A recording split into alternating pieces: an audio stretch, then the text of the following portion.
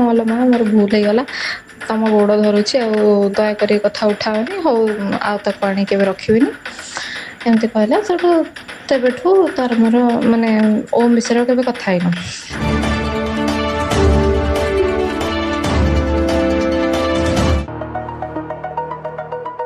First ଥରକ ତାଙ୍କର ଯୋଉ ପଇସା ପାଇଁ ଡିସ୍ପ୍ୟୁଟ୍ ହେଇଥିଲା ତାଙ୍କ ଜିମ୍ରେ ସତ୍ୟ ବିହାରରେ, ସିଏ ଯୋଉ ପଇସା ପତ୍ର ଖର୍ଚ୍ଚ କରୁଥିଲା, ଯୋଉ ଦାଣ୍ଡିଆ ନାଇଟ୍ରେ ପଇସା ଖର୍ଚ୍ଚ କରିଥିଲା, ଆଉ ଷ୍ଟାର୍ଟିଂରେ ଯୋଉ ପଇସା ଖର୍ଚ୍ଚ ହେଇଥିଲା ତମେ ଜାଣିଥିବ, ମୁଁ ତ ଠିକ୍ ସେ ଜାଣିନଥିଲି ଯାହା ପଇସା ପତ୍ର ଖର୍ଚ୍ଚ ହେଇଥିଲା 40,000 ଟଙ୍କା କିନ୍ତୁ ଦାଣ୍ଡିଆ ନାଇଟ୍ରେ ଖର୍ଚ୍ଚ କଲା। ସେ 40,000 ଆଉ ଗୋଟେ କଣ ଏମିତି ମିଶିକି ତାର 60-70,000 ହଉଥିଲା।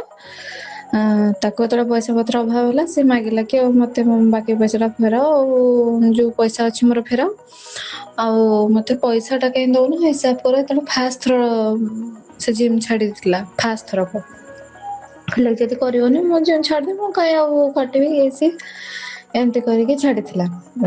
ସେତେବେଳେ ଯୋଉ ଡିସ୍ପ୍ୟୁଟ୍ ହେଇଥିଲା ସିଏ ଛାଡ଼ିଦବ ବୋଲି କହିଲା, ତ ସିଏ ଓମ୍ କୁ କହିଲା କି ଆଉ ଏଟା ବନ୍ଦ ହେଇଯିବ, ରହିବାନି ଚାଲ ପଳେଇବା। ସେତେବେଳେ କଣ ତା ନା ସେ ଯୋଉ ପିଲାଟା ଲିପୁନ ବି ବୋଧେ ଛୁଟି ନେଇ କୁଆଡ଼େ ପଳେଇଥିଲା, ଆଉ ଇଏ ଓମକୁ ନେଇକି ଗାଁକୁ ପଳେଇ ଆସିଲା। କହିଲା କି ଆଉ ଆମର ତ ଆଉ ଗୋଟେ ଜିମ୍ ଅଛି, ଅଡ଼ଶପୁର ଜିମ୍ରେ ତ ଭଲ ଟ୍ରେନର କେହି ନାହାନ୍ତି, ତୁ ଟ୍ରେନିଂ ଦେ, ଆଉ ଟ୍ରେନିଂ ଦେ। ସେଠି ଯେତିକି ପଇସା ଦିଆ ହଉଥିଲା ସେତିକି ପଇସା ତ ଦେଇପାରିବିନି, ଯେତିକି ଟିକେ କମେଇକି ଯାହା ଦେବି ଆଉ। ଆଉ ସେତେବେଳେ ଓମ୍ ର ବାପାଙ୍କର କଣ ଗୋଟେ ଆକ୍ସିଡେଣ୍ଟ ହେଇଥିଲା ନା ଗୋଟେ କଣ ହେଇଥିଲା ଠିକ୍ ସେ ତ ଜାଣିନି, ଗୋଟେ କଣ ଆକ୍ସିଡେଣ୍ଟ ହେଇଥିଲା, ତାଙ୍କ ଦେହ ଅସୁସ୍ଥ ଥିଲା। ଓମ୍ କହିଲା କି ମୋର ଫାଇନାନ୍ସିଆଲ କ୍ରାଇସିସ୍ ରହୁଛି ଆଉ ମୁଁ ରହିବିନି, ମୁଁ ଏଠି ଟ୍ରେନିଂ ଦେବିନି, ମୁଁ ଯୋଉ କଣ ସେ ଯୋଉ ବାଉନ୍ସର ଫାଉନ୍ସର କାମ କରେ ମୁଁ ସେ କାମ କରିବି, ମତେ ପଇସା ଦରକାର ଅଛି, ସେ କହିକି ଛାଡ଼ିଦେଲା। ଛାଡ଼ିଲା ତ ଛାଡ଼ିଲା, କଲ୍ କରିକି ଇଆଡ଼େ ସିଆଡ଼େ ଗପିଲା। ମାନେ ଯେତିକି ମତେ ବୁବୁ କହିଥିଲା ମୋର ଯାହା ମନେ ପଡୁଛି କି ସେ ଗାଁରେ ଆଉ ସେ ସତ୍ୟଭାର ପିଲାଙ୍କୁ ବି ସବୁ କଲ୍ କରିକି କଣ କହିଲା ଆଉ ଜିମ୍ ବନ୍ଦ ହେଇଯିବ ଏଇଟା ସେଇଟା, ତ ଯୋଉ ପିଲାମାନେ ସବୁ ପଇସା ଦେଇଥିଲେ ସମସ୍ତେ ଜାଣିଥିଲେ ନା ଓନର ହଉଛି ବୁବୁ, ତ ଆକୁ କଲ୍ କରିକି ମାନେ ଆ ସହିତ ଟିକେ ବଚସା କଲେ, ଆଉ କେମିତି ଜିମ୍ ବନ୍ଦ କରିଦବ ଏଇଟା ସେଇଟା, ପଇସା ଦେଇଛୁ ଫ୍ରଡ୍ କରିଦେଲ ଇଏ କରିଦେଲ, ତ ଇଏ ସେଠୁ ନ ଚାହିଁକି ବି ସବୁ ଡିସକ୍ଲୋଜ କରିବାକୁ ବାଧ୍ୟ ହେଲା। କହିଲା ମୁଁ ଫୁଲି ଓନର ନୁହଁ, ମୁଁ ଏତିକି ପରସେଣ୍ଟ ପାର୍ଟନର, ଆଉ ସେ ବିଷୟରେ ତମେ ସେଠି ତାଙ୍କର ଯିଏ ବିଲ୍ଡିଂରେ ଯାଇ କଥା ହବ, ସେମାନେ ଯଦି ଜିମ୍ ଚଲେଇବେ ଚଲେଇବେ, ମୁଁ ରହିବିନି ଏମିତି କଥା। ତାପରେ ଯେତେବେଳେ ପଚାରିଲେ ଏ କଥା ତ କିଏ କହିଲେ ନା ଓମ୍ ସାର୍ କହିଲେ, ପିଲାମାନେ କହିଲେ। ତ ଏକରେ ତ ତା ଖରାପ ଟାଇମରେ ତାକୁ ଛାଡିକି ପଳେଇଲା, ଯେତେବେଳେ ତାକୁ ଗୋଟେ କିଏ ଦରକାର ଥିଲା ସେତେବେଳେ ଛାଡିକି ପଳେଇଲା।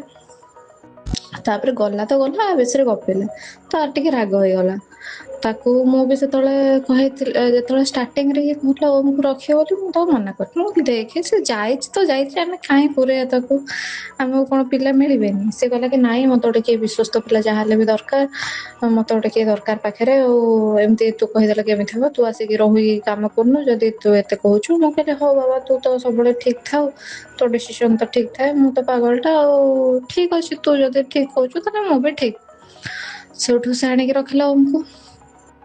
ତାପରେ ଯେତେବେଳେ ଓମ୍ ଛାଡିଗଲା, ମୁଁ କହିଲି ମୁଁ ତ ତା ଆଗରୁ କହିଥିଲି ସେ ପିଲାକୁ ରଖନି, ଯିଏ ଥରେ ତୋ ସହିତ ବିଶ୍ୱାସଘାତକତା ଥରେ କରିଛି ପାଷ୍ଟରେ, ସେ ଆଉ ଥରେ କରିବନି ବୋଲି କଣ ଗ୍ୟାରେଣ୍ଟି ଅଛି, ତ ସେଇଥିପାଇଁ ମନା କରୁଥିଲି। ସିଏ ବି କହିଲା ହଁ ମା, ସେତେବେଳେ ମୋ ସହିତ ଭଲସେ ଥିଲା ତ, ଆମ ଭିତରେ ଯେମିତି କଥା ସେ କହିଲା ହଁ ଲୋ ମା ମୋର ଭୁଲ ହେଇଗଲା, ତମ ଗୋଡ ଧରୁଛି ଆଉ ଦୟାକରି ଏ କଥା ଉଠାଅନି, ହଉ ଆଉ ତାକୁ ଆଣି କେବେ ରଖିବିନି ଏମିତି କହିଲା। ସେଠୁ ତେବେଠୁ ତାର ମୋର ମାନେ ଓମ୍ ବିଷୟରେ କେବେ କଥା ହେଇନୁ। ତାପରେ ଓମ୍ ଛାଡିଲା ପରେ ବି ଜିମ୍ କୁ ୱାର୍କ ଆଉଟ କରିବାକୁ ଆସୁଥିଲା, ମାନେ ଖାଲି ୱାର୍କ ଆଉଟ।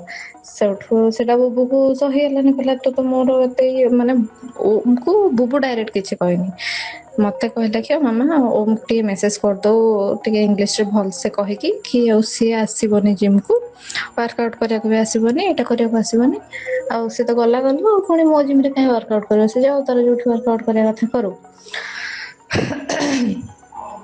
ତ ଲାଷ୍ଟ ଟାଇମ ମୁଁ ଓମ୍ କୁ ମେସେଜ କରିଥିଲି କି ଆଉ ମାମୁଁ ମନା କରୁଛନ୍ତି ଆଉ ତମେ ଜିମ୍ କୁ ଆସିବନି ଏଇଟା ସେଇଟା। ତାପରେ ଓମ୍ ବି ମତେ ରିପ୍ଲାଏ ଦେଇଥିଲା,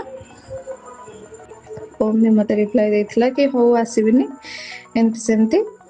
ତାପରେ ମୁଁ କହିଲି ହଁ ମେସେଜ କରିଦେଇଛି। ତାପରଠୁ ଆମେ ଓମ୍ ବିଷୟରେ କେବେ ଆମ ଭିତରେ କଥା ଉଠେଇଲୁ। ସେତେବେଳେ ତ ତାପରେ ପୁଣି ସେ ପ୍ରଦୀପ ସାର୍ ହରିକା ହଁ ଏତେ କଥାର ମନେ ପଡିଲା। ହଁ ଏଇଟା ତାର ଓମ୍ କୁ ଡାକିଲାନି ବାହାର କରିଦେଲା ଜିମ୍ ରୁ ମେସେଜ କଲା। ତାପରେ ସେଠୁ ପ୍ରଦୀପ ସାର୍ ଯୋଉ ତାକୁ ମିଟିଂ ଡକେଇଲେ, କହିଲେ କି ଆଉ ତମ ଜିମ୍ ତମେ ଛାଡିଦେଲେ କେମିତି ହବ, ଏମିତି ପେସେଣ୍ଟ କାଇଁ ହଉଛୁ, ପଇସା ଆଜି ନହେଲେ କାଲି ହିସାବ ହବ, ଏଇଟା ସେଇଟା ତାକୁ ଏମିତି ବୁଝିଲେ। ତାକୁ ଆଣିକି ପୁଣି ଜିମ୍ ରେ ପୁରେଇଲେ। ତ ଇଏ ଯେତେବେଳେ ଜିମ୍ ରେ ପଶିଲା ଓମ୍ କୁ ସେଠି ଟ୍ରେନର ହିସାବରେ ରଖିଲାନି।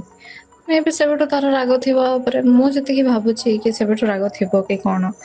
କାହିଁକିନା ତାପରେ ସେ ୱାର୍କଆଉଟ କରିବାକୁ ବି ତ ମନା କରିଦେଲା। ତାପରେ ମୁଁ ଜାଣିନି, ବାସ୍ ମୁଁ ଜାଣିବା ଭିତରେ ଏତିକି ହିଁ। ତାପରେ ଆମେ ଓମ୍ ବିଷୟରେ କେବେ ତାର ମୋର ଡିସ୍କସ ହିଁ କରିନୁ। ସେ ତା ବାଟରେ ଆମେ ଆମ ବାଟରେ।